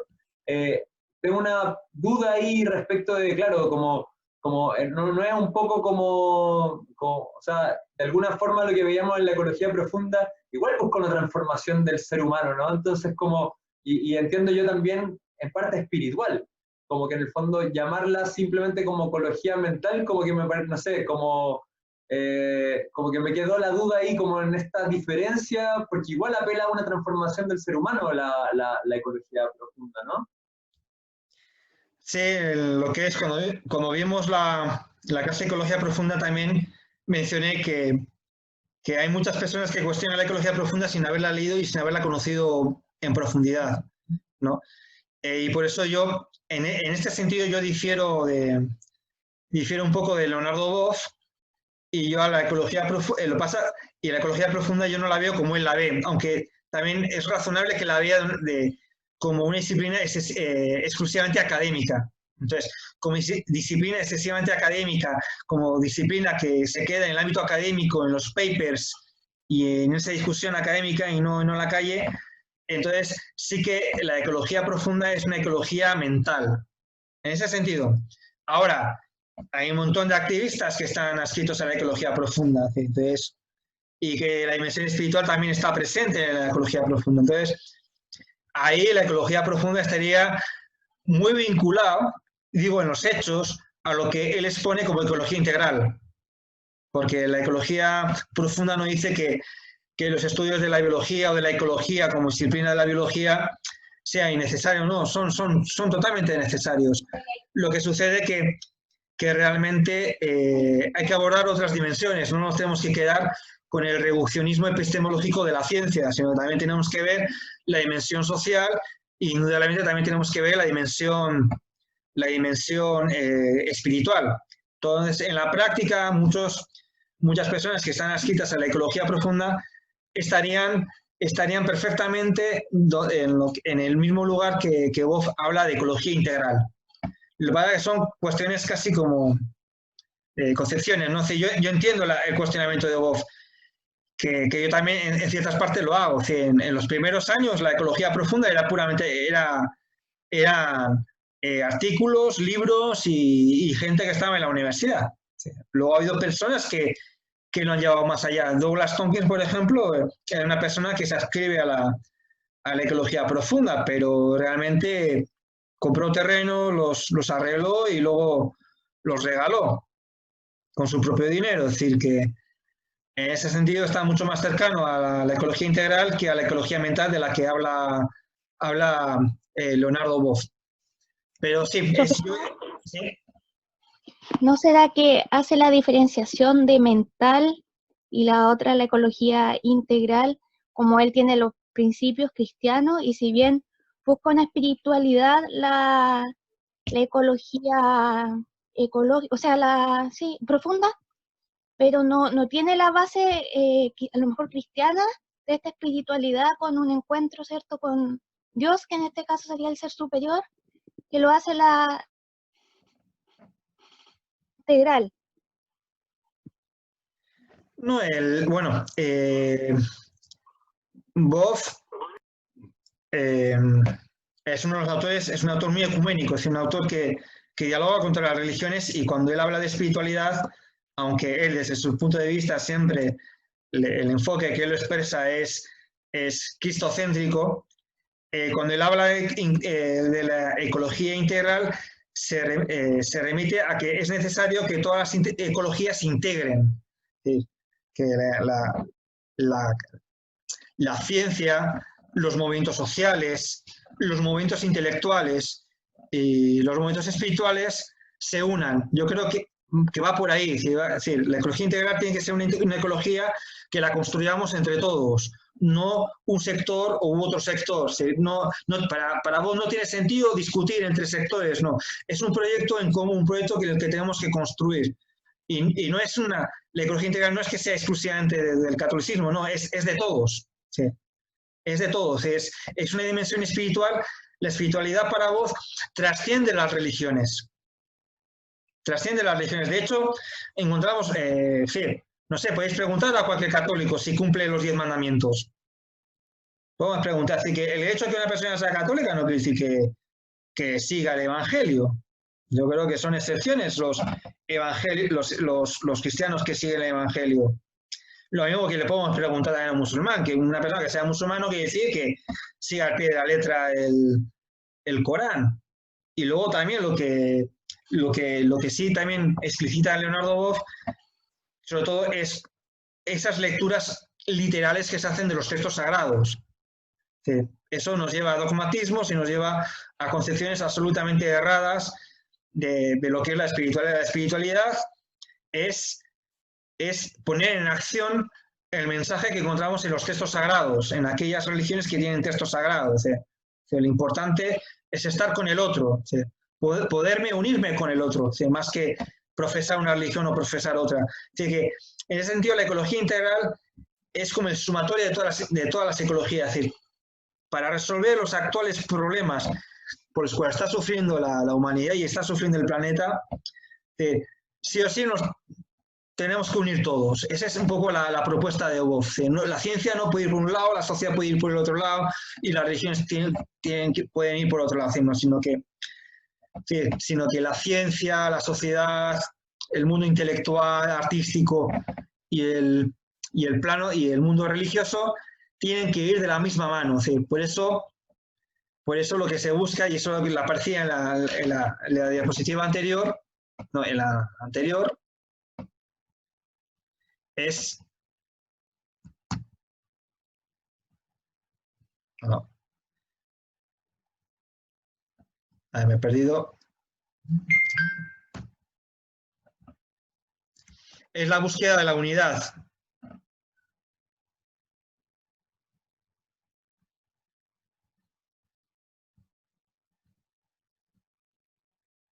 Acá. Recuperar la espiritualidad como valor de unidad. Y ese valor de unidad implica también unir a la ciencia, unir a la sociedad y unir también el mundo intelectual y artístico. Eso sería la ecología integral. Cada una por sí sola está condenada al fracaso. Es decir, la ciencia por sí sola nos puede dar mucho conocimiento acerca del cambio climático, nos pueden ofrecer miles de datos, millones de datos, pero ¿qué hacemos con los datos? ¿Qué hacemos? Nada. O sea, y la política, si no tiene en cuenta qué es lo que dice la ciencia ni qué dice la sociedad, ¿hacia dónde va a ir? Hacia ningún lado. Entonces, tiene una concepción holística, tiene una concepción, la concepción o el modelo que ofrece Leonardo Boff es un modelo transdisciplinar.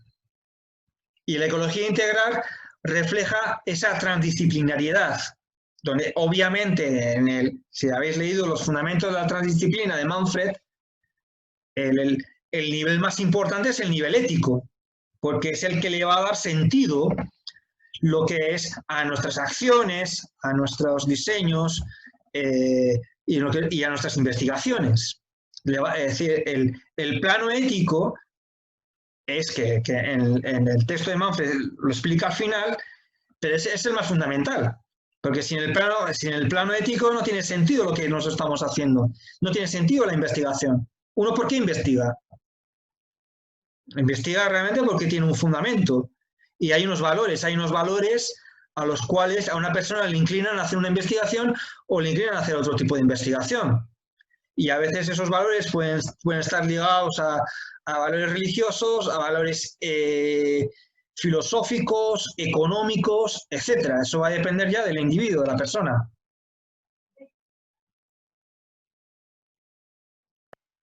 Iñaki, ¿Sí? podemos hacer una pausa de 5 minutitos. Perfecto. Súper, gracias. A las 25 entonces nos vemos. Vale.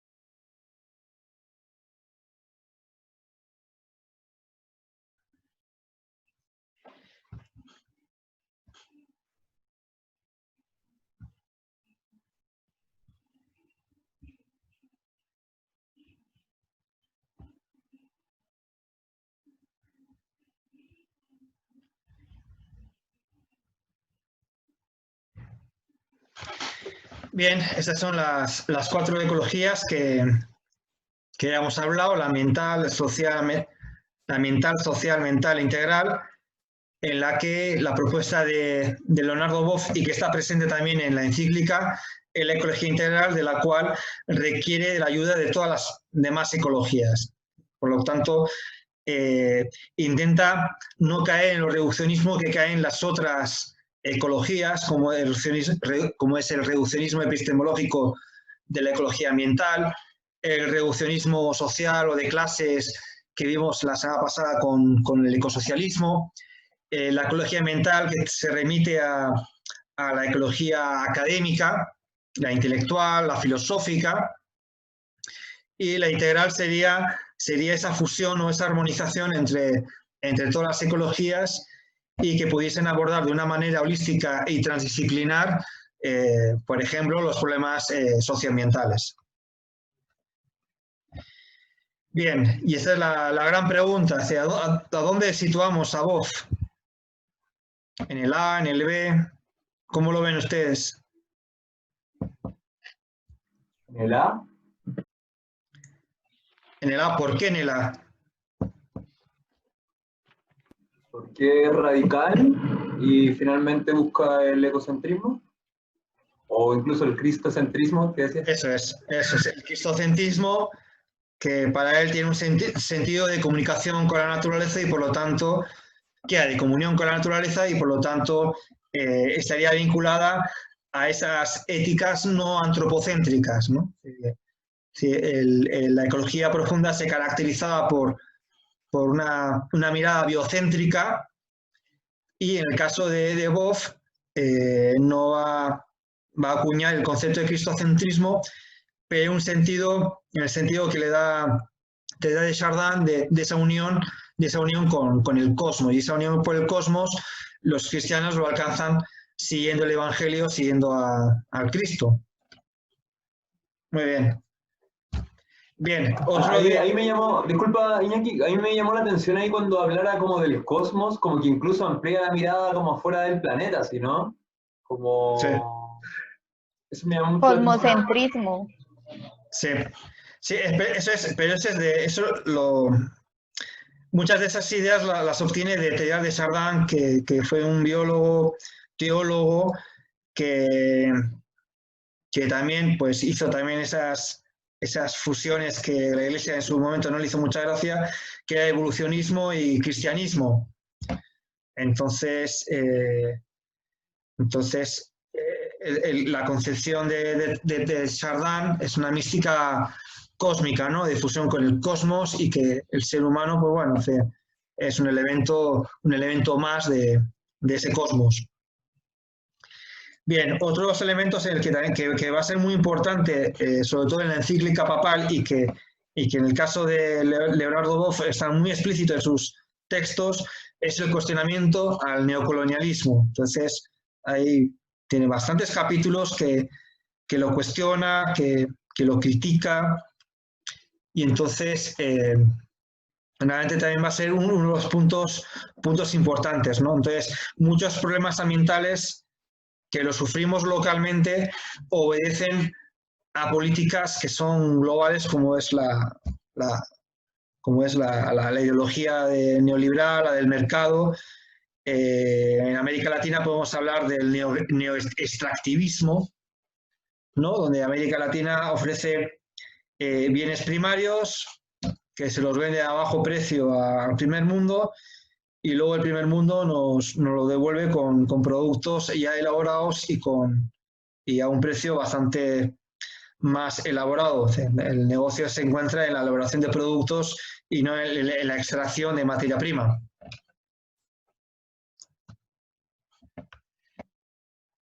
Y en ese sentido realizan muchas críticas que ya las venía haciendo tanto el neoliberalismo como al actual modelo de sociedad, ya lo venía haciendo desde su primera etapa, la etapa de la teología de la liberación, más teológica, pero una teología de lucha con el pobre, con el oprimido, y entonces, y que está muy vinculado a toda esa concepción de la teología de la liberación, ética de la liberación, filosofía de la liberación, movimientos de liberación de todo el sentido, de género, de los pueblos originarios, etc. Y siempre, como buen franciscano, desde una mirada bien del pacifismo. Así que aquí se va a diferenciar de algunos teólogos de la liberación. Y en el caso de Boff, sería como una especie como de imperativo categórico en la cual la violencia no es ni una opción ni es la vía, ¿no? Siempre hay que buscar otro tipo de acciones no violentas, y aquí también pues, vamos a tener referentes como Gandhi, en la que el concepto de neoviolencia fue muy desarrollado, sobre todo a partir de, bueno, entre el periodo de entreguerras y al final de la Segunda Guerra Mundial. También, con respecto al último punto, también se establecen muchas vinculaciones, lo que es que eso lo veremos también en una unidad posterior con la justicia ambiental, en el sentido de que muchos problemas ambientales suceden en lugares donde viven los pobres, ¿no? Por ejemplo, en Chile es muy significativo que muchos vertederos están al lado de donde viven los mapuches, sobre todo en algunas regiones, ¿no? Entonces, mucho conflicto ambiental está vinculado directamente con la pobreza. Y entonces, la justicia ambiental fue un movimiento que se desarrolló en Estados Unidos cuando vieron precisamente esta vinculación entre conflicto ambiental y pobreza, ¿no? Entonces, pues muchos vertederos, las fábricas más contaminantes van a estar en zonas pobres. A nadie se le ocurre colocar una fábrica muy contaminante en una zona rica, y si lo colocan, pues enseguida lo van a quitar de ahí. Pero sin embargo, los pobres realmente lo tienen más complicado, lo tienen mucho más complicado, y entonces siempre es un lugar donde se supone que va a haber menos resistencia. Por eso son elegidos muchos lugares para construir. En Estados Unidos se debatía en los años 70 y años 80 el lugar donde emplazaban las centrales nucleares. O sea, no las colocaban al lado de zonas residenciales de gente de clase alta, sino en lugares totalmente pauperizados. Y por ello propone un cambio de paradigma, que yo creo que aquí podríamos hablar de la emergencia de un paradigma ambiental con nuevas leyes, con nuevas normas, con una nueva forma de producción. Creo también que a raíz de la pandemia del COVID también se está volviendo a pensar también que el actual paradigma o el actual modelo económico no da más, está totalmente colapsado. Lo que pasa es que ahora este colapso está afectando al primer mundo y eso preocupa. Y entonces se requiere una nueva forma de enfrentarnos a los problemas ambientales, pero también de enfrentarnos al actual modelo que como decían los ecosocialistas, es gran parte de la raíz de los problemas ambientales. En el caso de Wolf, diría que además de la cuestión social también está la cuestión espiritual. En el caso de Wolf iría en un sentido mucho más profundo que el ecosocialista, aunque estarían de acuerdo de que el capitalismo es en parte el culpable de muchos conflictos ambientales. Y esa dimensión espiritual o esa dimensión sagrada de la naturaleza, cristocéntrica en el caso de Leonardo Boff, nos ayudaría a cuidarlo con mayor seriedad, a venerarlo y no a masacrarlo como a nivel global lo estábamos haciendo. Entonces, por eso lo que es toda la propuesta de Boff es una propuesta integral, porque no basta con los movimientos sociales, no basta con la ciencia, no basta con la política. Sí. Recordar que desde el año 72, justamente el día 5 de junio, fue la primera convención mundial sobre medio ambiente, ¿no? Y vemos pocos avances, ¿no? A pesar de que toda la comunidad internacional, toda la comunidad política mundial desde el 72 está reflexionando acerca de los conflictos ambientales, los progresos en ese sentido son cortos, y son cortos porque realmente no hemos cambiado de paradigma, seguimos con el mismo paradigma. Lo único que cambian son los discursos, cambian las leyes, pero no hay cambios sustanciales. Para que haya cambio sustancial se requiere de algo más, ¿no? Y ese algo más, en términos académicos, en términos abstractos, lo podríamos ejemplificar como cambio de paradigma. Y también esto también a partir de Aldo Leopold, que también lo veremos en próximas clases, la ética humana ya se ha quedado corta, ¿no? Entonces ya cada vez son más las personas que están velando ya por los derechos de los animales y por una ética que trascienda al ser humano, porque al fin y al cabo somos seres vivos y como seres vivos deberíamos de reflexionar, no como seres humanos, sino como seres vivos. Y eso implica una ética que trascienda lo meramente humano. Entonces, ¿cómo podemos contribuir con la naturaleza? Porque hasta ahora no estábamos contribuyendo mucho. Entonces, a partir de los textos de Bob podemos hablar de que debemos desarrollar una ética que al menos trascienda lo humano, una ética socioambiental, que no se reduzca a lo antropocéntrico, que sea más extensiva en este sentido. Ecuador y Bolivia ya han avanzado introduciendo artículos en la Constitución y dotando a la naturaleza como sujeto de derecho. Pero también tenemos la sociedad también tiene que avanzar en la armonización entre los pueblos, ¿no? Entonces también es necesario también disminuir los conflictos que tenemos entre nosotros, entre los seres humanos, y también los conflictos que tiene uno mismo. Eso también es fundamental. Ahí entraríamos en la dimensión espiritual. Y entonces, la dimensión que propone Leonardo Boff es una dimensión socioambiental, pero también incluyendo también a la naturaleza como formando parte de lo socioambiental. Por eso hablamos conflictos socioambientales, no hay conflicto ambiental, sino que son sociales porque implican de hecho implican a todos los seres. Y la dimensión espiritual sería aquello que podría religar lo ambiental, podría religar con lo humano, con los animales, con las plantas, con el entorno. Es decir, justamente por eso le va a dar mucha más importancia a la dimensión espiritual que, por ejemplo, la poca importancia que le dan a algunos movimientos ecosocialistas, porque justamente lo que nos va a religar con la naturaleza no va a ser la política, como sería lo que plantearían algunos ecosocialistas, sino que nos va a religar con la naturaleza y con las otras sociedades y con el otro es precisamente la dimensión espiritual. La naturaleza como sujeto de derecho yo creo que es un gran logro, aunque aún es tímido, es incipiente.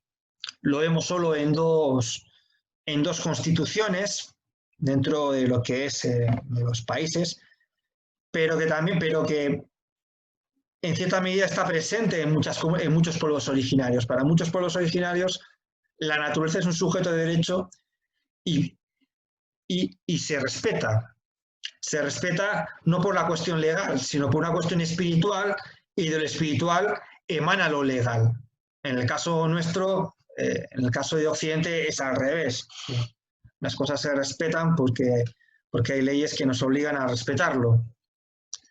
Entonces, por eso, el cumplimiento es más fácil en Occidente que para unos pueblos originarios donde la naturaleza, a ser un ente sagrado, realmente el respeto tiene una fuerza mucho mayor que el meramente legal. Entonces, eso también implica también lo que es el cambio de nuevas políticas, pero también el ir pensando también en lo que es, en que las leyes se empiecen a adecuar lo que es un poco al momento en el que estamos viviendo, ¿no? Un momento en el que ya somos conscientes de las interrelaciones que tiene el ser humano con respecto a la naturaleza y de la necesidad de preservar la naturaleza porque de ello nos va la vida. Y a largo plazo no nos salvamos nadie. Por mucho dinero que tengamos, de momento el único lugar que tenemos para vivir es este planeta, y por mucho dinero que tengamos no vamos a escapar de las catástrofes que se puedan devenir del planeta. Y entonces aquí aparece, esto está sacado del texto, la cita que tengo al final de Hans Jonas. Hans Jonas es un filósofo alemán, discípulo de Heidegger, y tiene un texto bastante importante que es el principio de responsabilidad. Y el principio de responsabilidad va a ser muy importante sobre todo a la hora de abordar los conflictos ambientales, porque muchos conflictos son precisamente por actos de absoluta irresponsabilidad, ¿no? Entonces, el principio de responsabilidad, Hans Hornas le va a dar lo que es un enfoque más ecológico, y dice, es un poco muy parecido también lo que es a los principios morales que Kant va elaborando en la fundamentación de la metafísica de las costumbres, ¿no? Que es uno de los textos más importantes de la ética kantiana. Pero en el caso de Kant tiene una dimensión puramente antropocéntrica, y mientras que Hans Hornas, siguiendo a Kant, y a partir de su texto que desarrolló de principio de responsabilidad, le da una dimensión que trasciende lo antropocéntrico. Compórtate de tal manera que los efectos de tus acciones sean compatibles con la permanencia de la naturaleza y de la vida humana sobre la Tierra. Que es muy similar a la formulación deontológica que realiza Kant en el texto que antes he citado. Y aparecen nuevos valores de Hans Hornas. Fue uno de los autores que más ha desarrollado el principio de responsabilidad. En el ámbito de la legislación ambiental está el principio de precaución y precautorio, son diferentes. Entonces son principios que están tanto el de responsabilidad como el de precaución están en muchas leyes ambientales. En el caso de la ley ambiental chilena no lo sé, lo desconozco, no lo he comprobado. Pero en la Ley General de Ambiente de Argentina, en el artículo 4, están explícitos los valores a partir de los cuales se rige la ley ambiental, ¿no? Y entre ellos está el de responsabilidad, precaución y precautorio. Precautorio es realmente cuando no tenemos información científica claramente de los efectos que pueda tener una actividad industrial, una actividad humana. Ante la falta de evidencia, si hay posibilidad de que haya riesgo, realmente pues no se debe de realizar dicha acción, ¿no? Así que es un poco a veces las empresas siempre se abocan a que si los ambientalistas no tienen pruebas, pues entonces les tienen que dejar en paz, y no. O sea, con la cuestión ambiental es la empresa la que tiene que demostrar que no va a contaminar o que no está contaminando. Es la empresa la que tiene que aportar evidencia científica. La sociedad en sí no es científica, es lega. Entonces la responsabilidad del daño ambiental recae sobre la empresa, es la empresa la que tiene que demostrar, y si no demuestra y no hay evidencia científica, la razón de que no haya evidencia científica no es excusa como para no tomar ningún tipo de acción legal. Entonces, si no hay evidencia científica, la empresa tiene que parar hasta que la obtenga.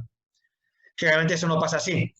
Generalmente es la ciudadanía la que tiene que andar buscando evidencia científica, y bueno, y a partir de la evidencia científica, pues se toman medidas cautelares o se toman acciones legales, ¿no?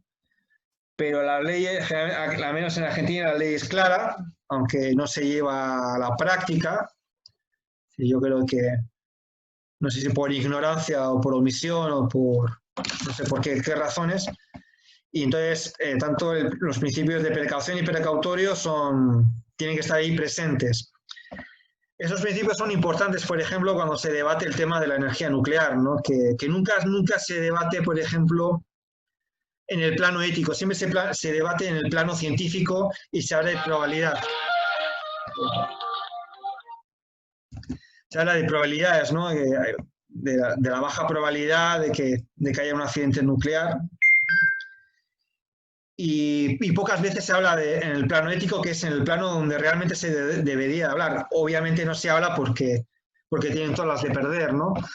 Si nosotros aplicamos el principio de precaución y principio precautorio, no podría haber centrales nucleares en el planeta, porque ya sabemos cuáles son las consecuencias de cuando hay un accidente nuclear como el de Chernobyl o el de Fukushima, donde en ambas centrales nucleares los reactores nucleares están al rojo vivo, ¿no? Entonces, que también están vinculados con el principio de responsabilidad. O sea, es una falta de responsabilidad no tener presente, no tener en cuenta los principios de precaución o precautorios.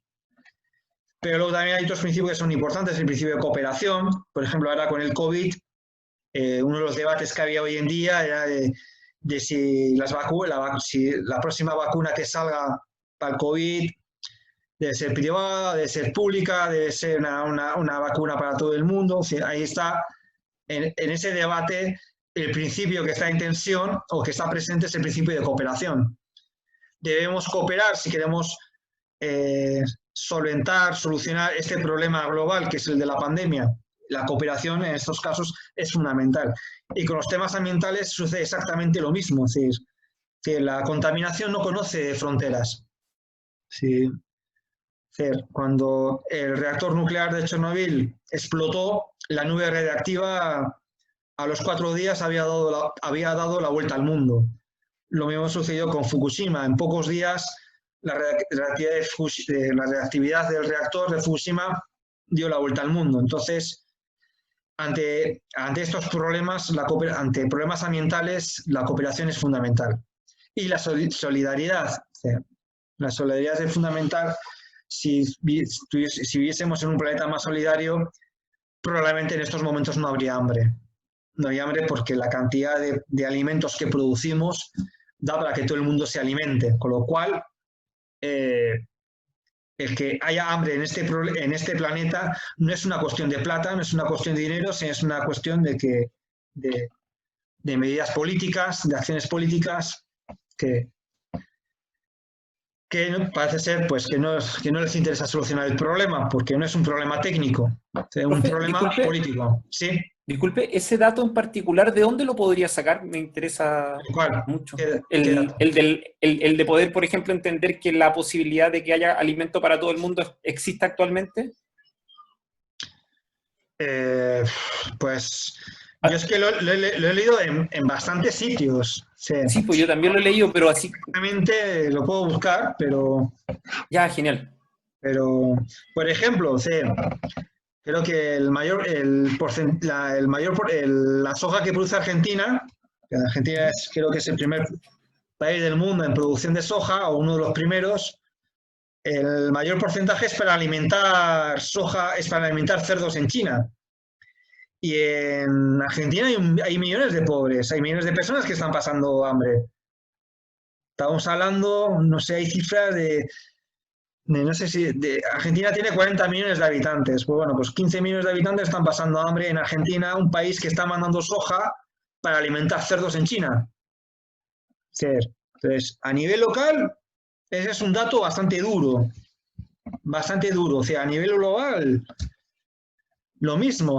Luego hay discusión por ejemplo, los veganos dicen que, bueno, que si no comiésemos carne, pues también no habría problemas para alimentar todo el mundo, aunque hay gente que eso lo discute. Entonces, a nivel global igual es más complicado. Pero, por ejemplo, en el caso de Argentina, te puedo garantizar que el problema del hambre en Argentina es un tema político. Y es curioso porque por Argentina han pasado todos. Pasan peronistas, pasan radicales. No se soluciona el problema del hambre. Porque a veces nos apegamos a ciertos discursos, pero por aquí han pasado todos. Lo mismo pasa en Chile. En Chile pasa la concertación, pasa la alianza, pasan todos y hay problemas estructurales que siguen estando ahí presentes.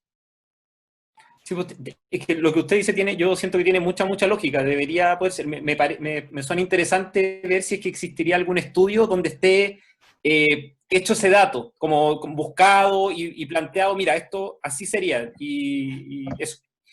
Sí, sí, pues tiene todo el sentido, o sea, debería ser. De encontrarlo, lo voy a encontrar en documentación de la FAO, probablemente. Sí. No sé si has mirado en la FAO tiene un montón de documentos, es que es impresionante la cantidad de documentos que estas organizaciones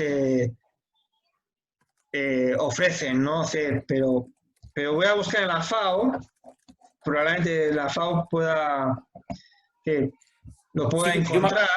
Yo me acuerdo que le vi una vez una charla al profe Max Niff, donde él también mencionaba eso, y mencionaba que con lo que se salvó a la banca el 2009 se podría haber alimentado no sé cuántos años el planeta entero. Sí. Sí, ahí... Sí. No, termina nomás. No, diga, si no iba a decir nada. Dale, es que tenía una duda respecto de, claro, antes mencionaba como estos avances importantes que yo también considero, así como usted, con respecto al tema de que en las constituciones se haya incluido el derecho a la madre tierra, no sé cómo está explícitamente, pero Sí. en el fondo han sido avances importantes y quería saber si sabía hoy día con la salida de Correa en Ecuador y con la entrada de Lenín Moreno, de una otra cara de Lenín Moreno, ¿no? En el fondo la entrada de Ecuador o con la salida de Evo Morales en Bolivia, como si hoy día estos nuevos gobiernos critican ese tipo o también lo siguen considerando un avance, ¿no? Entendiendo que, por ejemplo, creo que los primeros días después de que el Evo salió de la presidencia, un poco sacaron la huipala del Palacio de Gobierno y entraron un poco con la Biblia, ¿no? Como Dios va a retornar al gobierno boliviano. Entonces, no sé si eso también, si esos cambios constitucionales se ven como avances o se ven o están ideologizados como por quienes salieron del gobierno. Sí, los avances en materia constitucional son avances a nivel normativo, pero todos sabemos lo lejos que está el plano normativo del plano real. Sí, sí. Argentina, el artículo 41 de la Constitución habla de la sustentabilidad, pero que un país sea sustentable requiere un cambio de paradigma muy radical que en estos momentos Argentina ni ningún país lo ha dado. La cantidad de países que firmaron el protocolo de Kioto fue impresionante. ¿Sí? No ha habido ningún avance, ha habido retrocesos.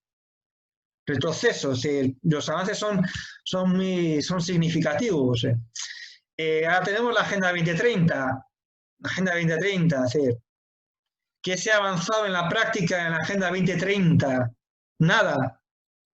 Sí, cosas significativas. Podemos revisar lo que es las vulneraciones a los derechos constitucionales en la mayoría de los países constitucionalistas son brutales. Constantemente se están violando la Constitución en todos lados. Y en el caso de Ecuador y en el caso de Bolivia, sí, hay algunos artículos bastante interesantes donde se cuestiona tanto el rol de Evo Morales como el rol de Correa. Sí. ¿Tú te crees que todas las transnacionales volaron al día siguiente de que salieron las constituciones de Ecuador y de Bolivia? ¿Salió alguna transnacional volando? ¿El extractivismo desapareció de Ecuador y de Bolivia? No. No, pero igual es interesante, o sea, no sé, como interesante claro, creo que la normativa en sí mismo no logra cambiar, pero sin lugar a duda es un avance en términos de discusión. Es un avance en el que por primera vez se empiezan a tener en cuenta las voces de los pueblos originarios, por primera vez en 500 años. Es un avance muy fuerte. Ahora, es lo mismo, la tabla de Moisés, ¿cuántos años tendrá? ¿7.000 años? ¿Qué? Y habla, no matará, no robará, no mentirás. Sí, la tabla de Moisés es como nuestra Constitución. La Constitución tiene casi el mismo valor. Sí. La Constitución nos habla de derechos y de obligaciones, pero ya te digo, del dicho al hecho hay un gran trecho. Sí. Sí. Son avances muy significativos en el sentido de que hay una apertura hacia la naturaleza que antes no lo había. No lo había. Sí. Hay personas que nos están hablando ya de los derechos de los animales. Entonces, los animales, creo que la mayoría de las legislaciones se piensan como objetos. Entonces, claro, si tú lanzas una piedra a mi coche, estás dañando un objeto mío. De la misma manera, si lanzas una piedra a mi perro, que es mío, lo estás dañando. Va por ahí toda la cuestión legal. Pero los perros no son sujetos de derecho, salvo, por ejemplo, los perros policía. Los perros policía sí son sujetos de derecho, porque si tú pegas a un policía, no estás pegando a un perro, estás pegando a un policía. Vemos cómo la frontera, entonces, ahí tenemos fisuras donde vemos que hay animales que sí son sujetos de derecho Y entonces son pequeñas fisuras que yo creo que con el tiempo se van a ir agrandando, van a aparecer más leyes. Yo creo que ojalá que la próxima Constitución de Chile también le dé un giro a la cuestión, a las voces de los pueblos originarios, también aparezcan las voces de las feministas, aparezcan las voces también de los movimientos ambientalistas. Eso sería un avance, pero eso no quiere decir que al día siguiente de ser impugnada la Constitución ya sea el paraíso Chile, ¿no? Ojalá, sí, ojalá hagamos una Constitución perfecta y de repente al día siguiente tenemos una sociedad perfecta. Creo que no va a pasar así, ¿no? Entonces, las constituciones de Ecuador y Bolivia fue un gran avance, pero porque aparecieron nuevas voces. Ahora, que se cumplan esos derechos ya es otra cosa. Sí, el modelo extractivista sigue estando presente en toda América Latina y también en América del Norte. Sí, evidentemente, lo que sucede es que con el extractivismo los países del sur salen perdiendo, porque lo único que ofrecen es materia prima, no ofrecen material elaborado, ¿no? Y ese es un problema que yo creo que se va a agravar, de momento se va a agravar, ¿no? Porque ¿qué es lo que tenemos nosotros de riquezas en nuestros países? Sí, tenemos capital humano, pero si la crisis se acelera, el capital humano emigra a otros países. Y lo único que queda son pues, los minerales, los bosques, la pesca. Sí, no sé qué más tiene, creo que esos son los 3 primeros mercados, ¿no?, que tiene Chile, ¿no? Los rubros más importantes de Chile, ¿no? La minería, lo forestal y la pesca, ¿no? Y aquí, Sí.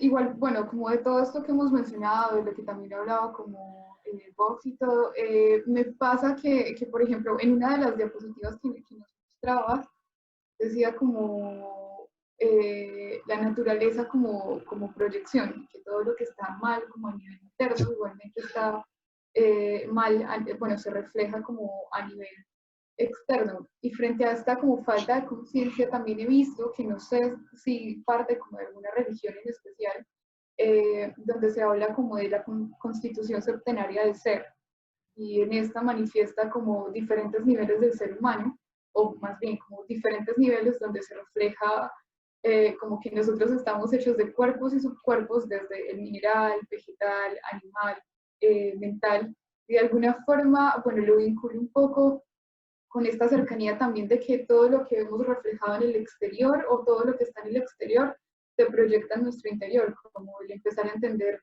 que hacemos parte de, no sé, de las piedras, que también hacen parte como de la composición de nuestro cuerpo, el vegetal también hace parte de nuestro cuerpo, como qué loco ver el sentido tan gigante que también tiene el hecho de proyectarnos como desde adentro hacia afuera y desde afuera hacia adentro.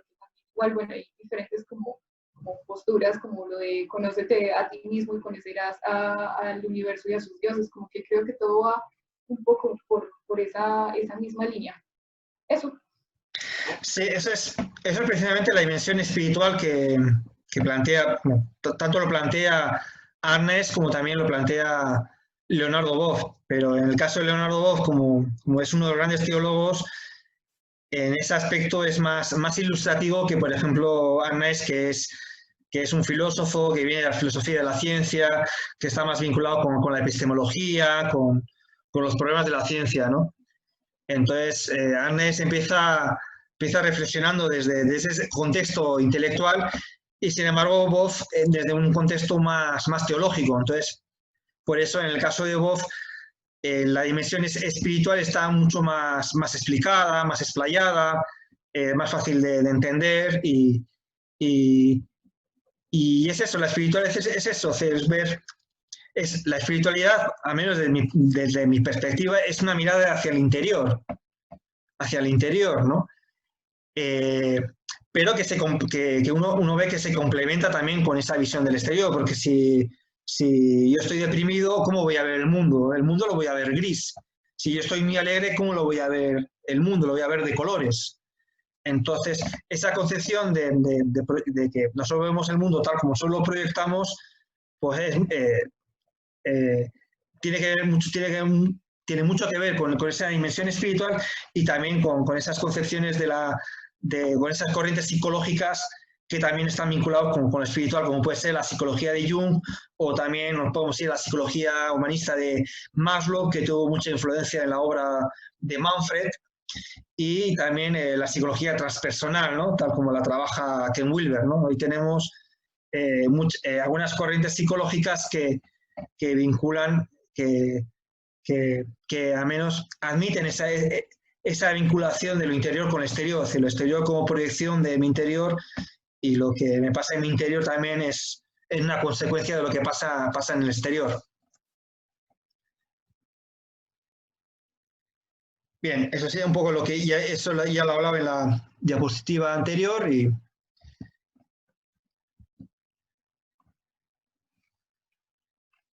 que es un poco lo que implicaría, ¿no? Un nuevo paradigma valórico, lo que es una expansión también hacia la naturaleza, hacia otros seres, que eso también se podría ir trabajando en lo que es en la ampliación de las leyes, incluyendo también a otros seres. Fíjate, ahora me ha venido a la mente, ¿no? Por ejemplo, con los derechos de los animales, si los animales son sujetos de derecho o no son sujetos de derecho. Pero fíjate, en nuestra sociedad también a veces qué paranoias tiene, porque al menos en el ámbito filosófico ya se está reflexionando acerca de los derechos de la quinta generación, que sean los derechos a la inteligencia artificial. Sí, entonces, fíjate, y hay personas, sobre todo dentro del transhumanismo o poshumanismo, que están pensando si los robots, los futuros robots, deberían de tener derechos, ¿no? Y, sin embargo, ante la inmediatez que nos ofrece la naturaleza y nosotros como sujetos naturales, pues aún no vemos con claridad si los animales tienen derecho, pero parece que lo vemos con más claridad que un robot de inteligencia artificial. Por ejemplo, ya hay un robot que ya tiene un pasaporte, hay un robot que ya tiene un pasaporte, es decir, que no es que esté hablando del futuro, ¿no? Estoy hablando ya del presente, ¿no? Y ya se está reflexionando en eso, en si la inteligencia artificial sería sujeto de derecho, ¿no?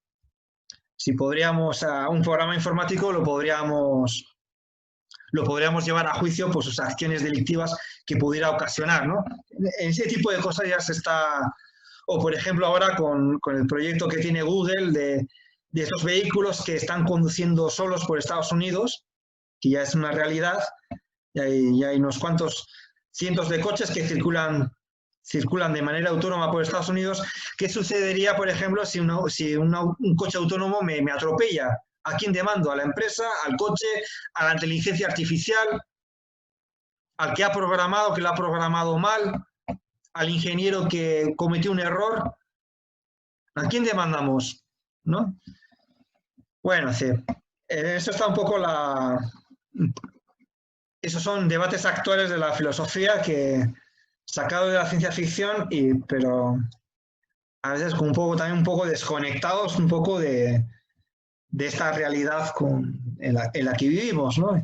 Y eso tiene mucho sentido claro, aquellas personas que consideran que somos información, de ahí deviene lo que es el patentar organismos vivos, porque yo un organismo vivo lo patento porque yo considero que ese organismo se reduce a información. Entonces yo patento esa información y esa información es mía.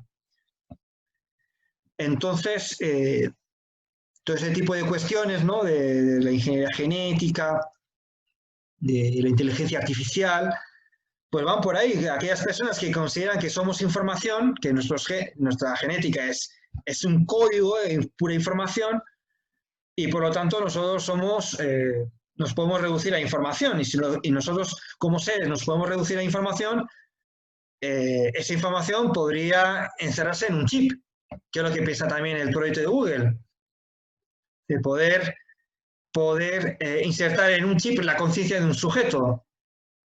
Claro, el problema es que no sabemos qué es la conciencia, pero ya la queremos encerrar en un chip. Entonces, por eso yo creo que a veces volver a estos autores es como volver un poco a la reflexión. Bueno, yo considero que la filosofía, si considero que es interesante todos esos tipos de debates, creo que debía tener otro tipo de prioridades y focalizarse más a los problemas que son estructurales al ser humano. Por ejemplo, un problema que aún no lo hemos solucionado es el problema de la pobreza. Yo creo que es fundamental que reflexionemos acerca de la pobreza, porque está ahí, sí. Está ahí, la vemos, no la queremos ver, son los invisibles. Hay un texto también de Adela Cortina muy interesante, Aporofobia, creo que se titula, que es la fobia, el miedo al pobre. Entonces, que vengan inmigrantes pobres, no, que vengan gente rica, ¿no? O sea, eso es lo que importa a un país, ¿no? Que vengan turistas ricos, que dejen divisas. A los pobres no, aunque realmente eso ya no tienen estatus de seres humanos, ¿no? Son los verdaderos invisibles de la realidad. ¿No? Entonces, por eso, ¿no? Volviendo a autores como Leonardo Boff, que le dan un gran énfasis al problema de la pobreza, ¿no? Como un problema fundamental, un problema que deberíamos de solucionar, sobre todo en países como Argentina, como Chile, que la comida les sobra, ¿sí? Les sobra porque la exportan.